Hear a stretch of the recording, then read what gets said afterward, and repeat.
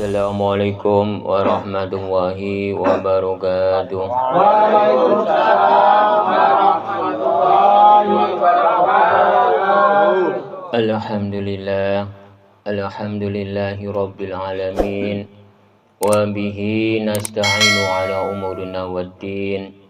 Wassalatu wassalamun asrafil minal anbiya'i wal mursalin wa ala alihi wa sahbihi ajmain.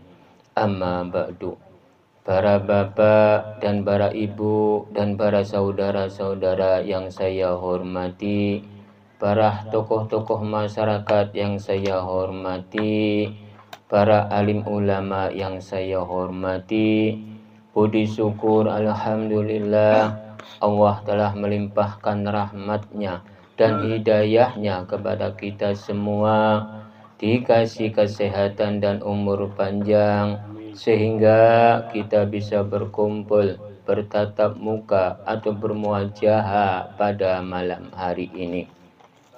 Marilah kita bersama-sama bersolawat serta salam kepada junjungan Nabi kita Muhammad SAW. Marilah kita bersama-sama tingkatkan keimanan kita, ketakwaan kita kepada Allah Subhanahu wa Ta'ala. Marilah kita bersama-sama mengucapkan puji syukur alhamdulillah. Pada malam hari ini kita semua ini dalam keadaan sehat walafiat, dalam keadaan memiliki iman, dalam keadaan memiliki keyakinan di dalam perjalanan umat manusia. Kita semua ini barusan menjalankan dengan keimanan dan keyakinan pada malam hari ini. Barusan selesai menjalankan marhabanan. Marhabanan ini memperingati hari Maulud Nabi. Walaupun udah lewat, kalau memperingati itu boleh-boleh saja. 1 tahun juga masih boleh memperingati. Apalagi ini baru beberapa hari, berarti masih mampu-mampu atau masih berdekatan. Kita semua ini pada malam hari ini, kita semua ini memiliki iman, memiliki keyakinan, sehingga bisa hadir pada malam hari ini menghadiri ke rumahnya Bapak Edi. Bapak Edi ini orangnya ganteng dan gagah. Ini wajib dihormati, wajib dihargai. Karena kita semua ini seorang lelaki itu pasti gagah, pasti ganteng. Nggak ada kalau seorang lelaki itu dibilang cantik, dibilang ayu, nggak ada. Jadi kita semua ini barusan selesai menjalankan marhabanan. Kita semua ini dari rumah ini memperingati Maulud Nabi ke rumahnya Bapak Edi. Alhamdulillah Gusti Allah telah biidnillah kelawan ridhoi Gusti Allah. Gusti Allah telah meridhoi pada malam hari ini sehingga telaksanalah marhabanan ini. Kalau Gusti Allahnya tidak meridhoi, mana mungkin bisa terjadi marhabanan pada malam hari ini? Benar atau tidak para jamaah? Alhamdulillah jawabannya benar.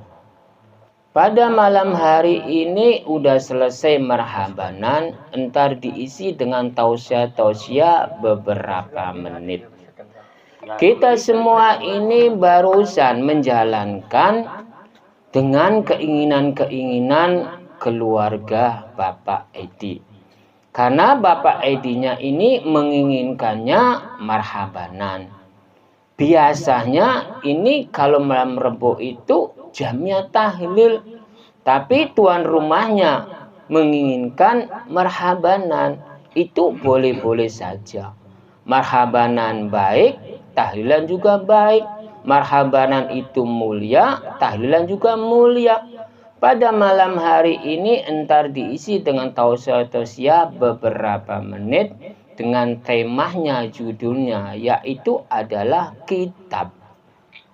Kitab ini udah tercantum di dalam kitab Pancorep Sejatin Urip, kitab Insan Hamil, dan kitab Nurjati, dan kitab Sejati. Pada malam hari ini, keempat kitab ini akan diuraikan. Karena di dalam Kapjareki itu maknanya iman. Teja berta tuntunan umat manusia. Lalu Betesjid perjalanan Gusti Allah nyiptaaken badan manusia urip iku anu bagus, anu bener, anu blesa. Keblesakan umat manusia itu adalah kurang. Kita semua ini menjalankan di dalam keimanan. Karena di dalam Kapjareki maknanya iman. Kita semua ini barusan menjalankan marhabanan atau tahlilan itu dengan keimanan. Lalu dilanjutkan dengan teja berta tuntunan umat manusia. Memiliki keimanan itu pasti ada tuntunannya. Saya mau bertanya terhadap para jamaah, tuntunan umat manusia itu terletaknya di mana para jamaah? Alhamdulillah, ada suara tanpa rupa, itu jawabannya benar.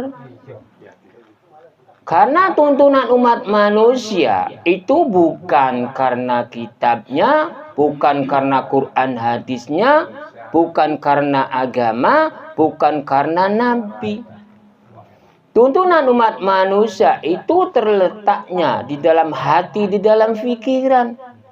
Karena yang menggerakkan umat manusia, yang menggerakkan tingkah laku umat manusia, bukan kitabnya, bukan Quran hadisnya, bukan agamanya, bukan nabinya.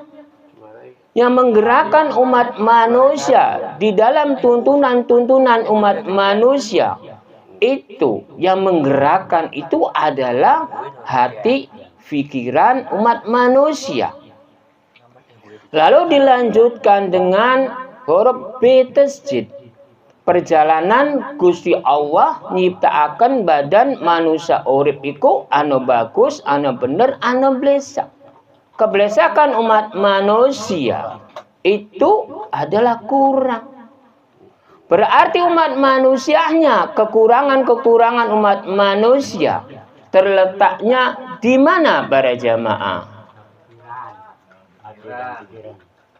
Ada yang jawabannya hati pikiran, ada keinginan, ada perbuatan. Sebenarnya kalau jawabannya yakin, itu jangan ragu-ragu. Jawabannya yang mantep itu. Sekali jelek. Contohnya kalau seorang lelaki dan seorang perempuan, kalau jawabannya ibaratnya ragu-ragu, ntar takut nggak diterima. Kalau jawabannya langsung jebret, aku suka kamu, aku sayang kamu, aku cinta kamu. Yang jelas gamblang jebret, kelawan hati, kelawan pikiran. Itu jawabannya yang tadi, hati dan pikiran itu benar dan 100.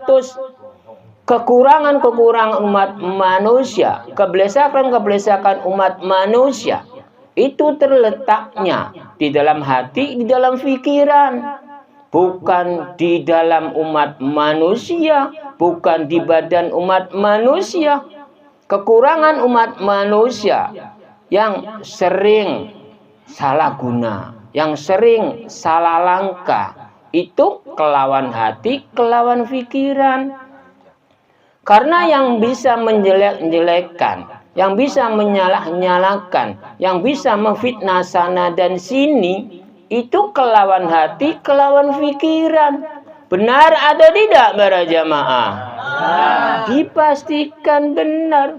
Karena keburukan umat manusia, kekurangan umat manusia, itu terletaknya di dalam hati, di dalam pikiran.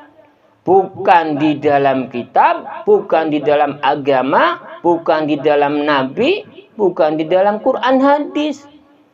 Kalau Quran hadis itu khusus orang Islam. Tapi kalau kitab itu banyak, tidak terhitung. Karena ulama-ulama itu banyak yang menciptakan kitab. Contohnya kitab kuning. Contohnya kitab Duratul Nasihin. Contohnya kitab Sabil Sohek. Contohnya kitab Jalalel. Dan kitab-kitab yang lain. Berarti umat manusianya, kebagusannya, kejelekannya, itu bukan karena Quran hadis. Cuman yang saya membingungkan, bila tidak ada di dalam Quran hadis, entah dibilang sesat. Jadi saya membingungkan seperti itu. Kok kebenaran umat manusia, kesalahan umat manusia terletaknya di dalam Quran hadis. Quran hadis itu enggak bisa apa-apa. Quran hadis itu tidak bisa bergerak. Quran hadis itu tidak bisa berbuat. Benar atau tidak para jamaah? Dipastikan benar. Karena yang bisa bergerak, yang bisa berbuat itu adalah hati dan pikiran umat manusia.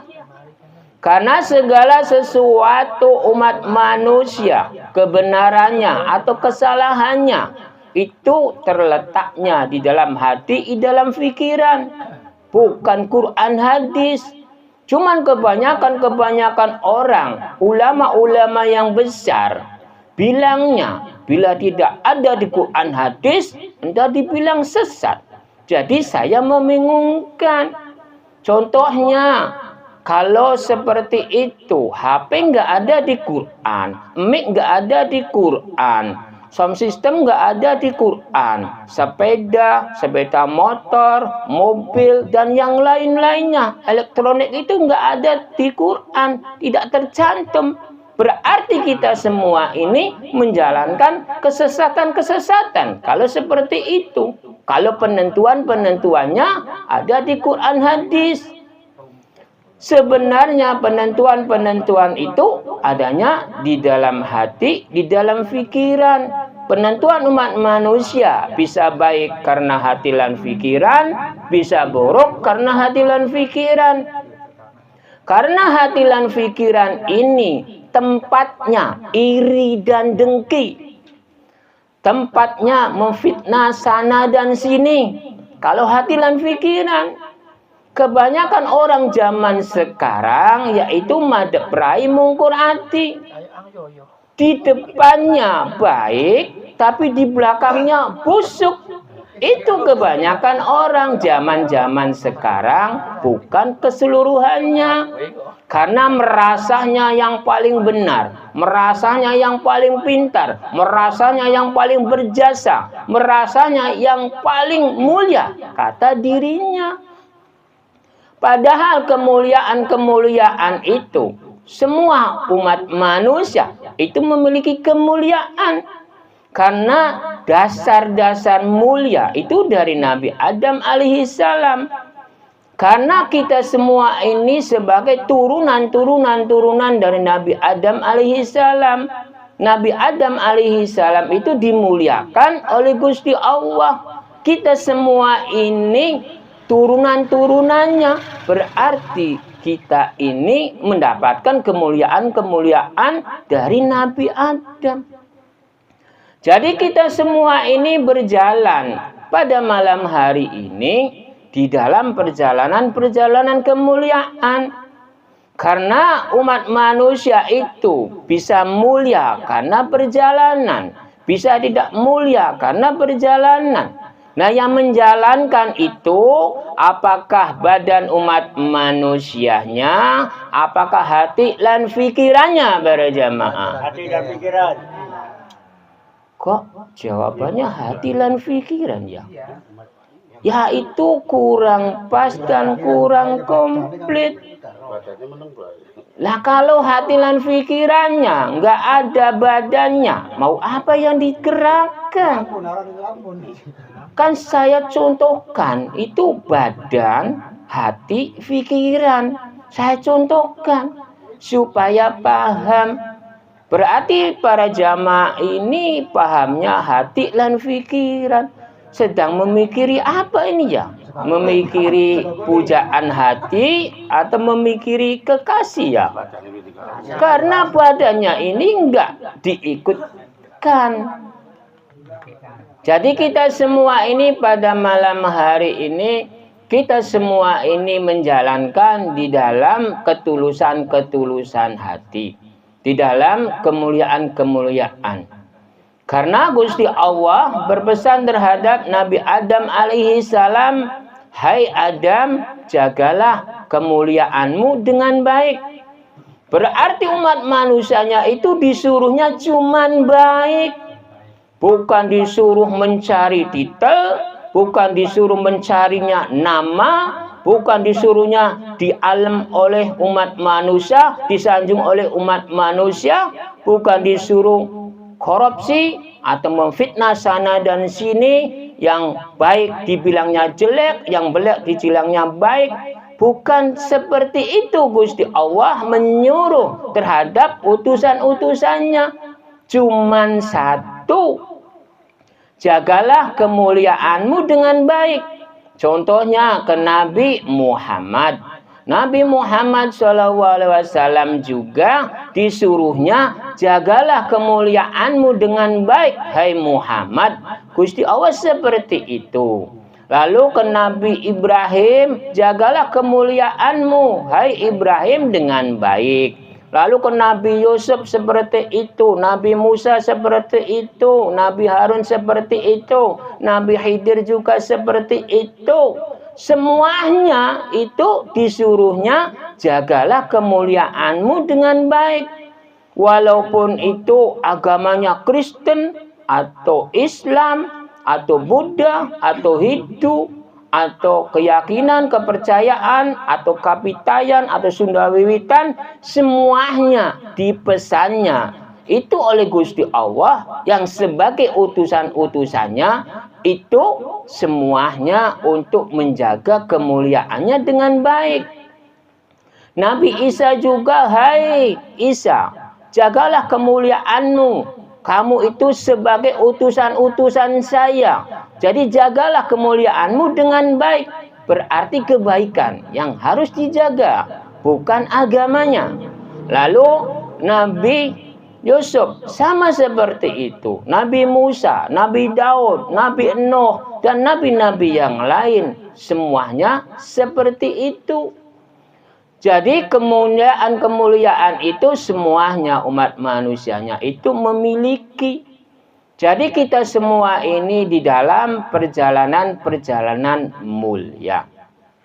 Perjalanannya ini udah hampir jam 10, walaupun masih jauh tapi hampir. Jadi bila ada kekurangan atau kehilafan, ya saya mohon maaf. Bila ada yang mau bertanya, saya persilakan yang mau bertanya. Assalamualaikum warahmatullahi wabarakatuh. Waalaikumsalam warahmatullahi wabarakatuh. Tentang kitab.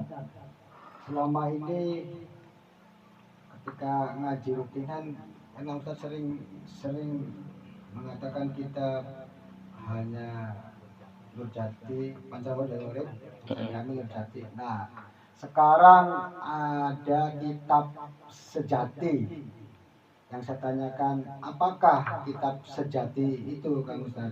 Mohon penjelasannya. Sekian saja. Assalamualaikum warahmatullahi wabarakatuh.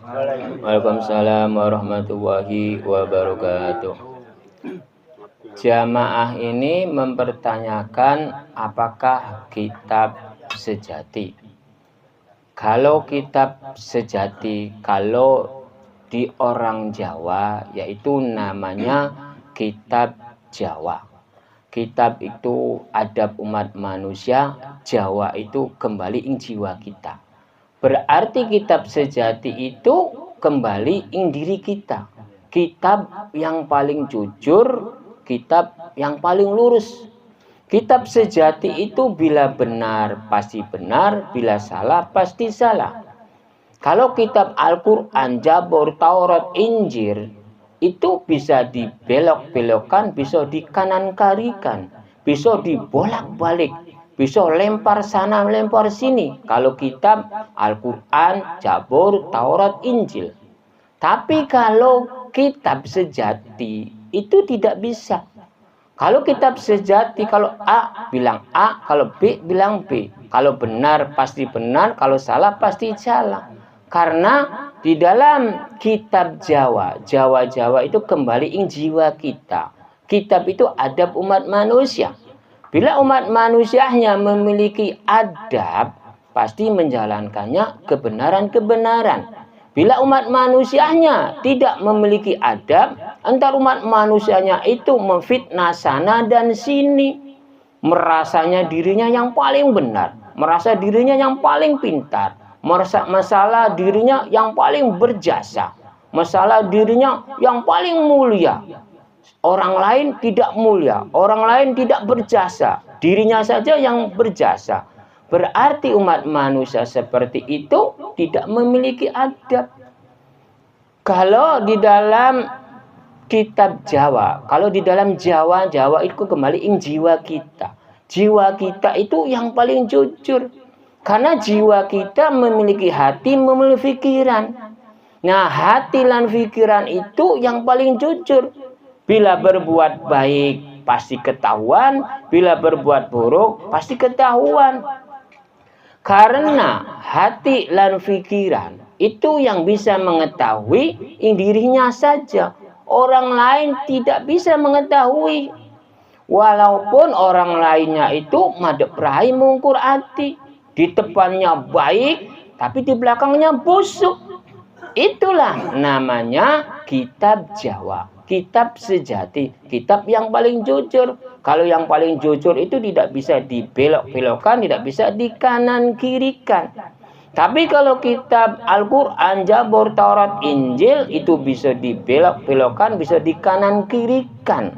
Kalau kitab sejati itu adanya di dalam jiwa kita, hati kita, pikiran kita. Hanya itu yang saya jawab. Silakan siapa lagi? Assalamualaikum warahmatullahi wabarakatuh. Waalaikumsalam warahmatullahi wabarakatuh. Tentang Ustaz, berkenaan dengan peringatan Nabi, banyak yang mengatakan apabila diadakan peringatan Nabi, khususnya di dalam pembacaan Mahlul Qiyam, maka Nabi akan hadir. Itu saja. Assalamualaikum warahmatullahi wabarakatuh. Waalaikumsalam warahmatullahi wabarakatuh. Jamaah ini mempertanyakannya bila di dalam marhabanan. Lalu itu kalau bilangnya ya Nabi salam alaika, ya Rasul salam alaika, ya Habib salam alaika, sholawatullah alaika, itu dia bilang nabinya itu hadir. Kalau di dalam kitab saya kehadiran Nabi itu aslinya tidak hadir. Yang hadir itu diadakan oleh umat manusia. Karena disebut oleh umat manusia. Berarti yang hadir itu namanya. Bukan jasadnya, bukan bentuknya, bukan rohnya. Karena yang mengucap itu ya Nabi itu umat manusianya. Yang membaca di dalam marhaban.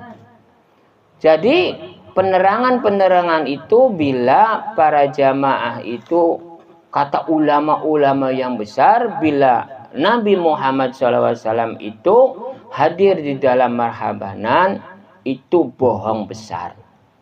Aslinya itu dibodohi, dikadali. Kalau yang hadir itu hanya nama. Nama itu juga yang mengucap, yang melakukan marhabanan. Bila umat manusianya marhabanannya itu mengucap, ya Nabi salam alaika, ya Rasul salam alaika, ya Habib salam alaika, sholawatullah alaika. Lah, itu umat manusianya yang mengucap, yang mengadakan. Jadi adahnya Nabi Muhammad itu hanya namanya. diadakan oleh umat manusianya, bukan hadir bentuk wujudnya atau rohnya. Itu salah paham dan salah kaprah. Kalau penjelasan dari kitab saya, segala sesuatu itu yang udah mati adanya di dalam kubur. Kalau di dalam kubur itu, kalau orang yang udah mati itu semuanya amal ibadahnya itu udah terputus. Tidak bisa berbuat apa-apa.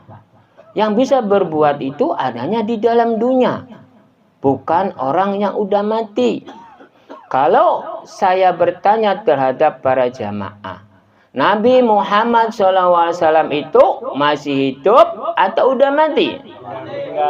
Udah mati. Lah kalau orang yang udah mati itu menunggunya apa para jamaah? Alhamdulillah suara tanpa rupa itu lantang banget. Tapi orangnya itu nggak kelihatan, seperti makhluk apa ya? Makhluk goib. Enggak lah. Kalau namanya goib itu cuman hanya sang pencipta. Kalau orang yang udah mati, titel apapun itu menunggunya balasan. Titelnya Nabi, balasan. Titelnya ulama, kiai, ustadz, kus-kus, buya-buya, atau habaib, atau para imam, atau para sahabat, atau wali, semuanya menunggu balasan. Kalau di dalam kitab Nurjati, tergantung ing kawitannya, perbuatan-perbuatan ing alam dunyanya, antar pembalasan ing alam kuburnya, atas perbuatan-perbuatan ing alam dunyanya. Benar atau tidak para jamaah? Alhamdulillah jawabannya benar. Kebenarannya saya mau bertanya. Kebenarannya kalau orang yang udah mati itu mendapatkan balasan, balasan apa itu para jamaah? Alhamdulillah jamaah ini jawabannya amal perbuatan. Alhamdulillah kita semua ini barusan menjalankan perbuatan-perbuatan di dalam marhabanan. Mudah-mudahan mendapatkan balasan dan imbalan. Karena segala sesuatu itu butuh balasan, butuh imbalan. Kalau balasannya saja kurang pas. Kalau ada imbalannya itu baru pas. Contohnya, saya memiliki seorang kekasih. Saya bilang, aku suka kamu, aku cinta kamu. Lalu nggak dibalas sama imbalan. Ya bingung jadinya. Jadi yang jelas itu balasan dan imbalan. Jadi tentang Nabi yang bisa hadir dalam marhabanan itu bohong besar. Yang aslinya Nabi itu namanya saja yang ada karena diadakan oleh umat manusianya, karena disebut oleh umat manusianya. Berarti yang hadir itu hanya sekedar nama. Hanya itu yang saya jawab. Silakan siapa lagi? Assalamualaikum warahmatullahi wabarakatuh. Waalaikumsalam warahmatullahi wabarakatuh. Pertanyaannya, sejatinya manusia itu seperti apa, Kak Ustaz? Oh, jamaah ini sejatinya manusia itu seperti apa? Ya kalau pertanyaan seperti itu, saya jawab singkat lagi. Sejatinya manusianya itu adalah seorang makhluk. Benar tidak? Kalau memperpanjang jawabannya, sejatinya manusia itu seorang makhluk. Makhluknya itu utusan dari Sang Pencipta. Karena segala sesuatu, sejati manusia itu semuanya di dalam dunia ini semuanya utusan semua. Nabi Adam utusan, nabi-nabi yang lain utusan. Kita semua ini juga utusan. Sebabnya apa? Dibilang semuanya utusan para jamaah. Ada yang bilangnya karena makhluk. Ya karena umat manusianya itu diciptakan oleh Gusti. Kalau diciptakan berarti dia itu mendapatkan utusan untuk menepati alam dunia ini. Benar atau tidak para jamaah? Nah, kalau tidak diciptakan umat manusia di alam dunia ini, berarti tidak ada utusan. Benar atau tidak para jamaah? Saya cukup pertanyaan yang tadi jawab seperti itu. Masih banyak, diserahkan yang lain bila ada yang mau bertanya.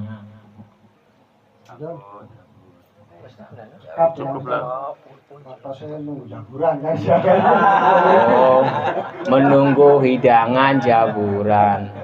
Karena jaburannya ini menunggu-nunggunya udah lama.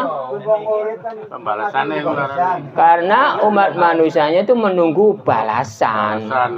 Balasan kita semua ini barusan menjalankan marhabanan, nunggu balasannya hidangan-hidangan, menunggunya jaburan atau hidangan. Saya cukupkan saja tausiah-tausiah pada malam hari ini.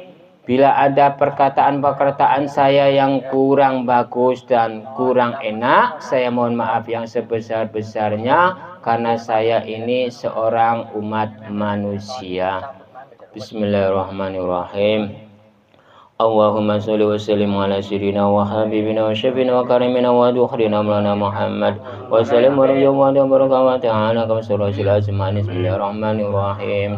Alhamdulillahi rabbil alamin hamdan kama majidan dzalik. Allahumma sholli wa sallim wa barik ala sayyidina Muhammad salatan lana min jami'il ahwali wal afat wa tabduna ma jami'il hajat wa tuduna jami'il sya'at wa tarfa'una biya indaka ala darajat wa tubana surqajan fil hayat. Allahumma inni as'aluka mujibatul hajat wa nimah mufal jabajannati wa najabna hisab. Allahumma sholli wa sallim wa barik ala sayyidina Muhammad. Allahumma ja'al usalatakum bala fa maqarnahu fi hadzal qur'anil adim wa min qawli la ilaha illallah wa ma syabahnahu wa ma hamastaghfarnahu wa ma sallallahu ala sayyidina Muhammadin sallallahu alaihi wasallam.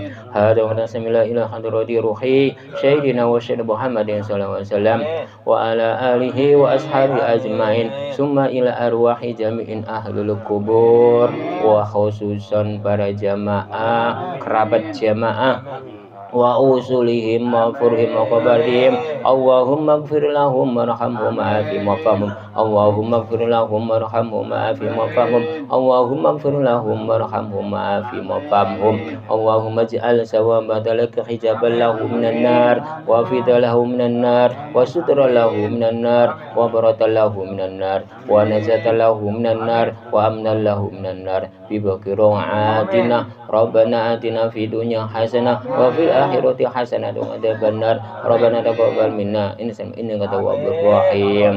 Wa khususan para jamaah wa umurina wa salamati berarti berizkilah wa umurina wa salamati berarti berizkilah wa umurina wa salamati berarti berizkilah. Wa sallallahu ala sayyidina Muhammad wa ala alihi wa sahbihi wasallam. Subhana rabbika rabbil izzati amma yasifun wa salamun ala mursalin. Al-Fatihah. A'udzu billahi minasyaitonir rajim. Bismillahirrahmanirrahim. Alhamdulillahirabbil alamin arrahmanir rahim maliki yaumiddin. Iyyaka na'budu wa iyyaka nasta'in ihdinas siratal mustaqim siratal ladzina an'amta 'alaihim ghairil maghdubi 'alaihim waladdallin. Wassalamualaikum warahmatullahi wabarakatuh.